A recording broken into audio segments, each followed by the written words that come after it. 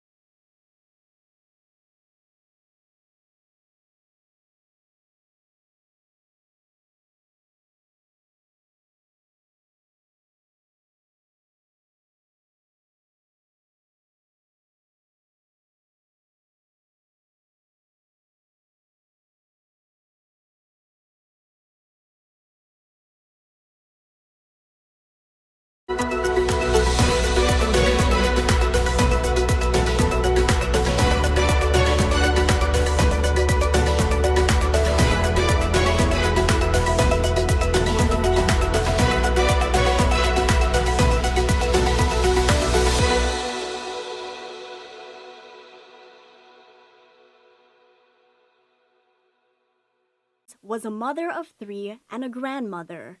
Her boyfriend, also a police officer, wants people to remember her as an amazing officer and family woman. Jonathan Daniel Baba tells us, Tiff was also the most hardworking, amazing, and fiercest officer that I have ever known. My heart is shattered as she was my love, my rock, and my strength. He says Enriquez loved her 3 daughters and her 2-year-old grandson dearly. They were her world and would speak praises of them all the time. Enriquez was born in Hawaii and grew up in Tennessee. Her father was in the military, so she spent some time in Germany and Guam as well. Enriquez graduated from Simon Sanchez High School in Guam. We come from a small island on Guam, so like our families knew each other. My mom was a cop. She knows her family really well. And then just to hear something like this, it hits close to home. For the last year, Enriquez has been an inactive military reserve in the Air Force. She was also an athlete who competed in bodybuilding competitions. Enriquez would work out at the UFC gym in Kaka'ako on a weekly basis. Just always smiling, always positive. She would come in random hours of the day, to letting me know, oh, I had a long week or a long shift, so I still got to get it in. I mean, nothing, like everything she said was always positive or something funny. Family and friends will always remember her as a hero who made the ultimate sacrifice. I am devastated as she has paid the ultimate sacrifice of any law enforcement officer, but take solace in the fact that she died doing what she loved, serving and protecting the people of Honolulu. A hero, a mother, someone that took time and effort to, put her life to help others, you know what I mean? And it takes a lot to do that. Christy Tomashiro, KHON2 News.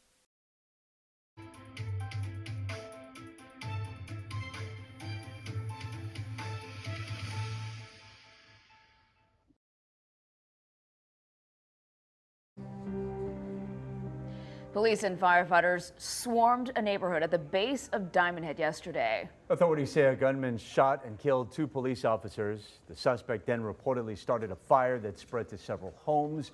Officers had been responding to a stabbing on Hibiscus Street. Police say a woman was stabbed in the leg. She was screaming. She was like, get me out of here. Or me and one other lady picked up the old lady, brought her across the house inside the garage, closed the garage. When the shots rang out, everybody moved, and when it was chaotic. It was like a war zone. He wasn't going to leave that house, and he was going to take everybody down. And I'm just so thankful that I was behind that wall. I'm sure this is the last thing that anybody would expect, and so how one person's anger can actually negatively impact an entire neighborhood. Officers Tiffany-Enriquez and Kaulike Kalama were killed in the incident. They both had children. The 69-year-old suspect has now been identified as Jerry Hanel. Neighbors say that he had a long history of run-ins with police. Investigators believe he is dead, but they have not found his body yet. What's the very latest? Mileka. Aloha, good morning, Steve. Grace, that is part of the effort that is expected to take place today. In fact, Honolulu firefighters have been called to the scene several times overnight, including also this morning because of flare-ups. But once they can get that situation under control, we are told that cadaver dogs will be heading out to the home where that fire is believed to have been originated, the same home where the 69-year-old suspect, Jerry Hanel, is believed to have died yesterday. Officials say they're certain they'll find what's left of his remains in the fire that he's suspected of setting after fatally shooting two Honolulu police officers. But HPD Chief Susan Ballard says homicide detectives are still actively looking for him, and until they can confirm he's no longer a threat to the community, they will do so. Now, the 69-year-old had a history of mental instability and disagreements with neighbors, according to his attorney, Jonathan Burge. A former police officer who's been representing Jerry Hanel now for years says that there were several TROs against him filed by his neighbors, at least 3 of which he had been in the process of challenging, and that most of the confrontations were minor issues. But at one point, Hanel was charged with assault for shoving a neighbor, though he was acquitted. That said, we are told that Hanel did have some very resistant efforts to suggestions that he get treatment for his mental issues. He refused to own a cell phone because he had delusions he was being tracked by the Secret Service and FBI. Chief Susan Ballard said that they were aware of his instabilities and had this to say about mental health issues in our community. That's one of the weak areas in our social society right now, is dealing with the mentally ill. We see it in the homeless as well. And I think that's an area that really we need to move forward on and do a much better job with. Now, it is believed that yesterday's shooting incident and then the fires that were started subsequently afterwards were sparked by an attempt from Hanel's landlord to serve a court-ordered eviction notice. It was at that point, we are told, the landlord may have been stabbed, and in response to that 911 call to address the stabbing is when the 2 police officers were shot.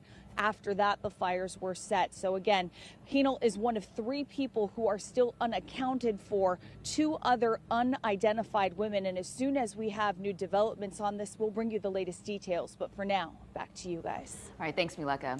All right, 6:34 now. As Mileka told us and just showed us, it is still an active crime scene this morning. Our team coverage continues with Billy. Here on the slopes of Diamond Head, it's a quiet but vibrant and active community. Lots of joggers, walkers, people coming in and out on a regular day. But yesterday that changed. Even the runners that are coming by, they weren't running. They were standing in disbelief as they looked on the scene, and the smoke was billowing from the neighborhood. We're going to show you the scene right now from our vantage point, and you can see that Diamond Head Road is closed from here all the way down to Hibiscus Drive. Nobody's allowed to walk in. Nobody's allowed to drive in, and there is no time as to that we've been given as to when they will open this up. As Mileka mentioned, it's an active scene.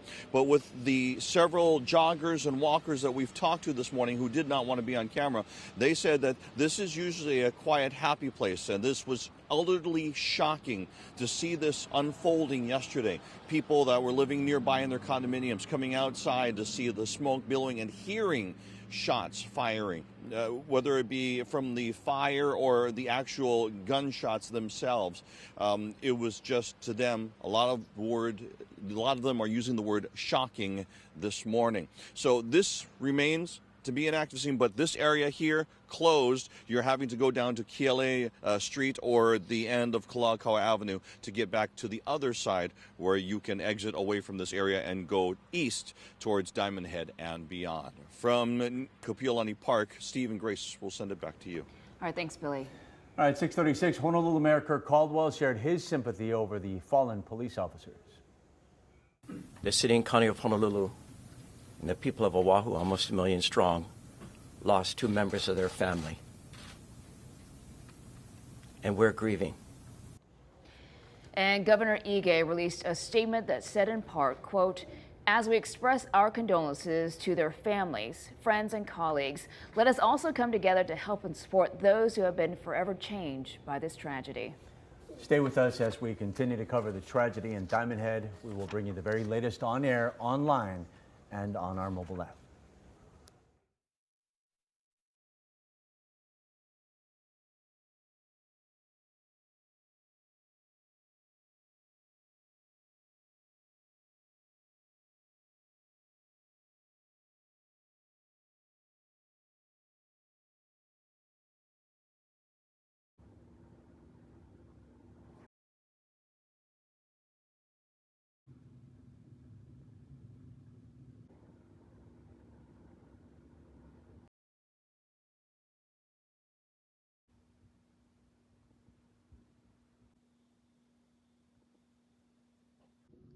Thanks for watching. We appreciate you. Please subscribe.